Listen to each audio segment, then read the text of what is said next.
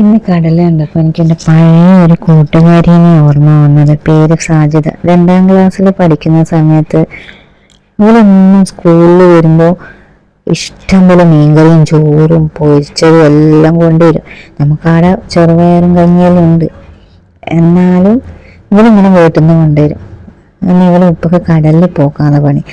ഇവളൊന്ന് സ്കൂളിൽ കൊണ്ടാക്കാൻ സൈക്കിളിൽ വരും പോവും. അങ്ങനെ എനിക്ക് അവിടെ ഉപ്പാനെ അറിയാതൊക്കെ എനിക്ക് മുട്ടായെല്ലാം കൊണ്ടുതരും.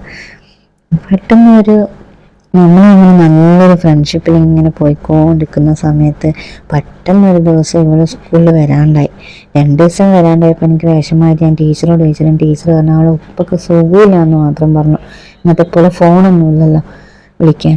അത് കഴിഞ്ഞിട്ട് 2 ദിവസം കഴിഞ്ഞേരം ടീച്ചറെ ഞങ്ങളോട് ഒന്ന് സാജിൻ്റെ വീട്ടിലേക്കൊന്ന് പോകണം എന്ന് പറഞ്ഞു. അങ്ങനെ അവിടെ എത്തിയപ്പോഴാണ് മനസ്സിലായത് അവൾ ഉപ്പ മീൻ പിടിക്കാൻ പോയ സമയത്ത് ബോട്ടിൽ വെച്ചിട്ട് ഒരു നെഞ്ചുവേദന വന്നിട്ട് അവിടെ നിന്ന് തന്നെ മരിച്ചുപോയി.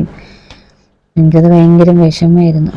പിന്നെ സാജിദേനെ സ്കൂളിലേ കണ്ടിട്ടില്ല. അവൾ പിന്നെ പഠിക്കാനും വന്നില്ല. ഇപ്പം എനിക്കറിയില്ല അവൾ എവിടെയാണ് ഉള്ളത്.